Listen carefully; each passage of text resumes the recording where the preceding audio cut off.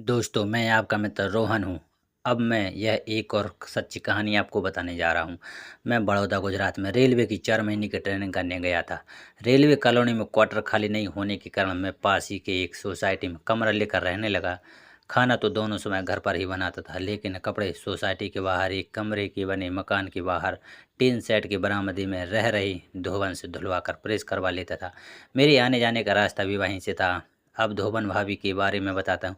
उसका नाम था अंजलि। बेहद खूबसूरत, उम्र यही 25 या 26 साल रही होगी। एक गहरा बदन, लंबी पतली कमर, 1 साल के एक बच्चे की माँ। वैसे कोई कह नहीं सकता था कि इसके एक बच्चा भी है।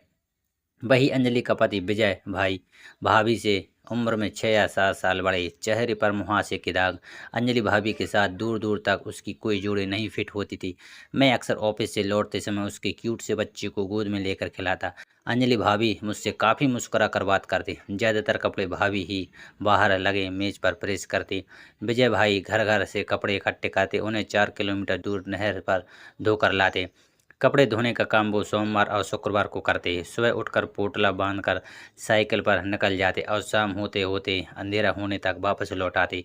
उनकी कमजोरी थी वे रोज देसी शराब पीने की। जब कपड़े नहर पर लेकर जाते तो भी शराब की बोतल साथ ले जाते। दोपहर को खाना खाने से पहले जरूर लगाते। रात को तो डेली शराब पीते। भाभी सारे दिन कपड़े प्रेस करते। बच्चा झूले में लेटा रहता। एक बात और, उनके घर पर सोसाइटी का कोई भी व्यक्ति नहीं आता था, क्योंकि कपड़े लाने और पहुंचाने का काम विजय भाई करते थे। उनका कमरा मेन रोड से थोड़ा अंदर की ओर था, जहां से कुछ नहीं दिखता था। सिर्फ मैं ही अपना टाइम पास करने के लिए उनके पास बैठता था। विजय भाई से भी मेरी दोस्ती हो गई थी। वैसे विजय भाई कम ही मिलते थे, सिर्फ अंजलि भाभी ही मिलती थी। वो भी मुझसे हंस हंस कर बात करती। वह भी मुझ में इंटरेस्ट लेने लगी थी। एक दिन मैंने कहा, भाभी आप इतनी सुंदर हो, पर ये बताओ विजय भाई का तो आपके जोड़ मिलता नहीं है। आपने इनमें क्या देखा जो इनसे शादी कर ली? वे उदास हो गई। मैंने कहा, सॉरी, मेरे पूछने का बुरा लगा हो तो। वे एक गहरी सांस लेकर अपने आप बीती बताने लगे। रोहन भाई, मेरी शादी इनसे मेरी मर्जी से नहीं हुई। इसने मुझे मेरे बाप को 1 लाख रुपए देकर खरीद कर शादी की है। इसकी पहली लुगाई मर गई थी। मेरे घर में मेरा बाप ही था, वो भी शराबी। माँ बचपन में ही मर गई थी जब मैं छोटी थी। मेरा बाप बहुत कमीना इंसान था। 2 साल पहले एक रात शराब के नशे में वो मेरे ऊपर चढ़ गया। मुझे जान से मारने की धमकी देकर रोज रात को शराब पीकर मुझे मारता। फिर एक दिन उसे अटैक आया। वो अस्पताल में भर्ती हो गया। डॉक्टर ने ऑपरेशन बताया, पैसे थे नहीं। ये विजय उनका परिचित था, दोनों एक साथ पीते थे। विजय के सामने उसने प्रस्ताव रखा कि तुम मुझे 1 लाख दे दो और अंजलि से शादी कर लो। विजय के आगे पीछे भी कोई नहीं था, सिर्फ ये जो खोली है ये इसके नाम थी, जो कि इसके माँ बाप इसे देकर मर गए। इसके नाम छोड़ी थी। ये भी ऐसे ही कपड़े धोने प्रेस करने का काम करता था। लोगों को समय पर कपड़े नहीं देता था, काम बंद सा ही था। मेरा बाप अस्पताल में भर्ती था। मैं मन मार कर विजय से मंदिर में शादी करके यहाँ आ गई। मेरा बाप अस्पताल में इलाज के दौरान चल बसा। मैं विजय के साथ यहाँ आ गई। पहली रात विजय शराब पीकर रात में मेरे ऊपर चढ़ा। यही रोज का काम हो गया। फिर कुछ महीने बाद ये किट्टू पैदा हुआ। ये बातें करते समय हम दोनों कमरे में आ गए। वो बोली, मुझे नहीं पता कि मैंने ये सब बातें आपसे क्यों की, पर आप मुझे अच्छे लगने लगे हो। मैं वहाँ से निकल गया। गली से मैं निकला ही था कि विजय दूर से आता देखा। वह बोला, केम छो साहब, ड्यूटी से आ रहे हो? मैंने कहा, हाँ विजय भाई, बस हम निकल लिए। गुरुवार को शाम को मैं जब ड्यूटी से लौट रहा था तो अंजलि मुझे प्रेस करती मिली। मुझे देखकर एक स्माइल दी। मैं रुक गया। पूछा, कैसी हो? बोली, ठीक हूँ। मैंने कहा, विजय भाई कहाँ छे?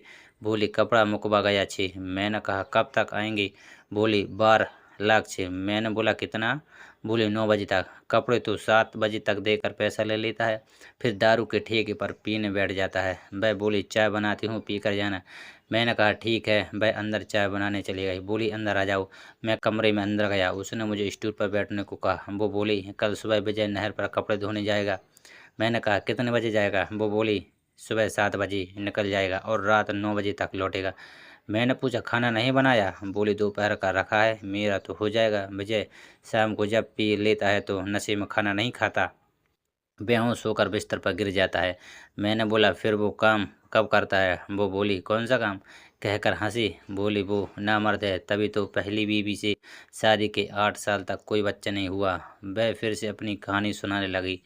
कल तो सारे दिन मैं अकेली रहूंगी। सुबह ये चाय पिएगा, तब तक मैं इसके लिए खाना बनाकर टिफिन तैयार कर दूंगी तब ये निकल जाएगा। वहाँ ये कपड़े धोकर सूखने डालेगा, फिर पीकर खाना खा लेगा। सुबह मैं 10 बजे तक सारे कपड़े प्रेस कर दूंगी, फिर किट्टू को नहलाकर दूध पिलाकर सुला दूंगी।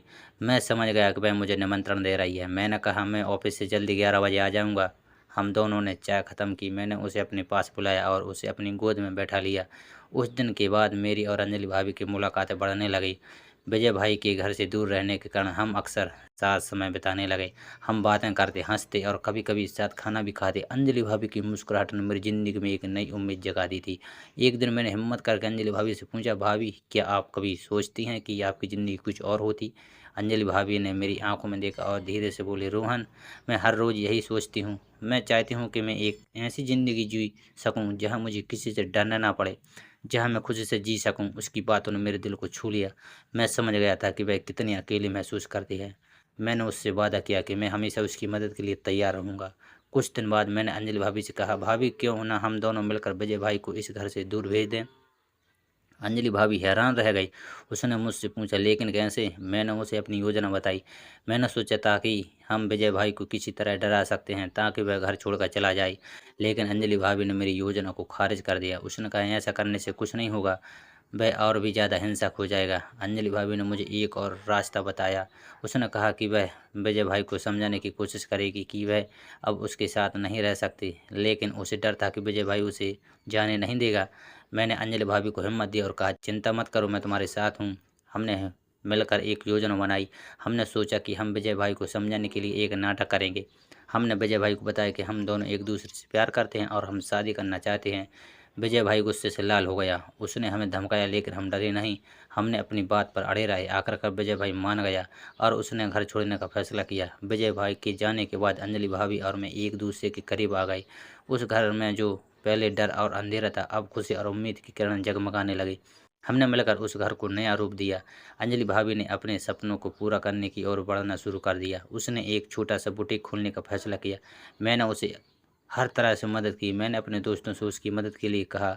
हमने मिलकर उसकी बुटीक को सजाया और उसे चलाने में उसकी मदद की। धीरे धीरे अंजलि भाभी का बुटीक लोकप्रिय होने लगा। लोग उसकी मेहनत और लगन को सराहते थे। हमारे रिश्ते में भी दिन ब दिन गहरी आती जा रही थी। हम एक दूसरे को बेहतर समझने लगे थे।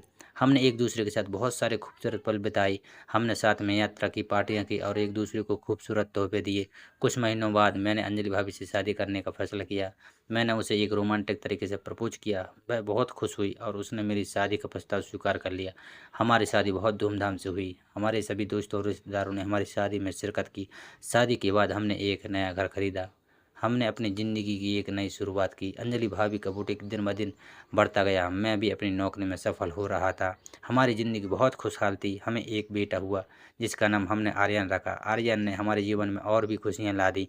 हम तीनों मिलकर बहुत खुश थे। कभी कभी मुझे याद आता है कि कैसे मैंने अंजलि भाभी को पहली बार देखा था। वह एक खूबसूरत और मजबूत महिला थी। उसने अपनी ज़िंदगी में बहुत कुछ झेला था, लेकिन उसने कभी हार नहीं मानी। उसने हमेशा आगे बढ़ने की कोशिश की। मैं बहुत खुशकिस्मत हूँ कि मुझे अंजलि भाभी जैसी जीवन साथी मिली। उसने मुझे सिखाया कि मुश्किलों से कैसे निपटा जाए और हमेशा आगे बढ़ते रहे। मैं हमेशा उसके साथ रहूँगा और उसे खुश रखूँगा।